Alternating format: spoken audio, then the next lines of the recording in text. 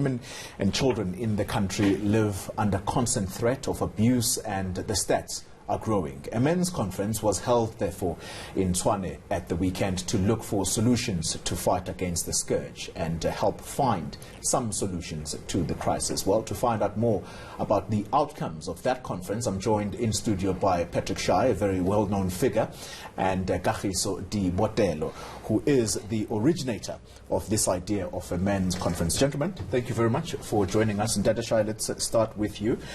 What came out strongly for you out of that men's conference? Perhaps let's start with what are the causal effects of why men do what they do? Okay. I think at the moment we are clutching at straws as a country and as the world to say what exactly are the reasons. And what we've also discovered from a Kulumandota perspective is that we have not allowed spaces for men to speak openly, and so that we can get data that we can respond to, that would assist us in the formulation of preventative programs, interventions programs. So how much open talk was there then? There was a lot of open talk. The methodology was wonderful because we did not go there to lecture men, but we took them through their own footpaths. What is it that you want to fix in your relationship, in yourself, that makes you the violent person that you are?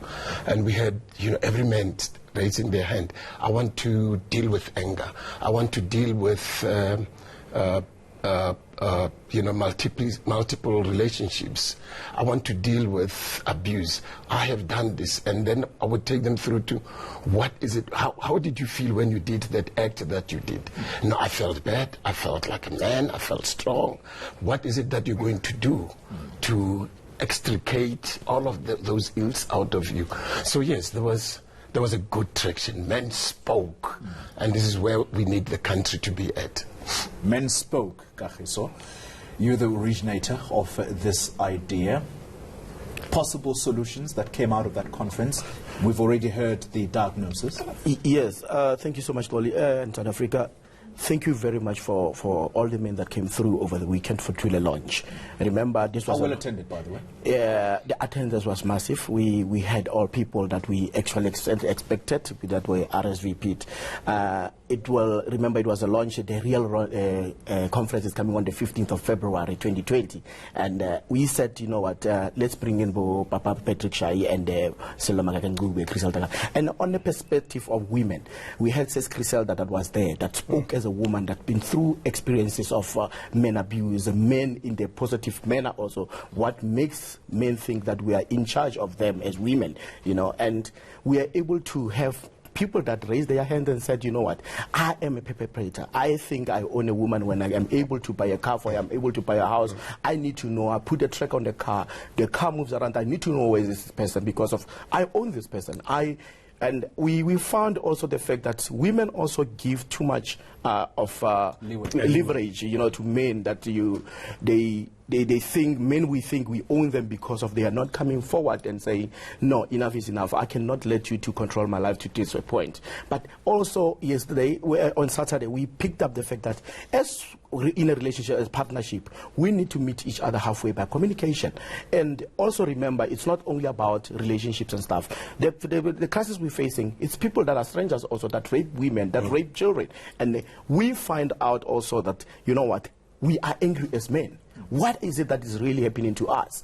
And one of the guys, he stand up and he said, you know what, from the little age, I had a problem at home. I saw this experience going through of my father beating my mother. And I think as South African Men's Conference, we are getting there to make my mark. As the 15th of February 2020, we'll be having the real Men's Conference, and we will be having people that will be RSVPs through the program of ours. Mr. Tshwane.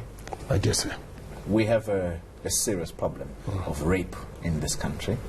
And rape sometimes, or in most cases, turns into murder. Uyinene Mrwetyana is perhaps one name that springs to mind at the moment. There are many others. Yes. Were there any specific stories around rape and why men rape? We didn't arrive at that. I think my approach was just first to open up the mind, soul, and the heart of men, so that they begin to admit to things that we normally take for granted. It's not important. It's the way of life. And then gradually we will build on those things that are very, very great. I think what we are not doing in this country, I think we're running amazing campaigns, but I think we are more reactionary than preemptive. So one of the programs that we have come up with is to take conversations around gender-based violence, wellness of men, family wellness, and plug them into families so that dialogues begins there. On Saturday, the 16th, we'll be hosting the first of this kind of activation at my house. Because it's all too well for the country to speak on public podiums. But if this conversation does not happen at home, where there is a wife, a husband, and children, we will not make traction. Gentlemen, I applaud you for having taken this step. It's very, very important. I know it started out as a joke.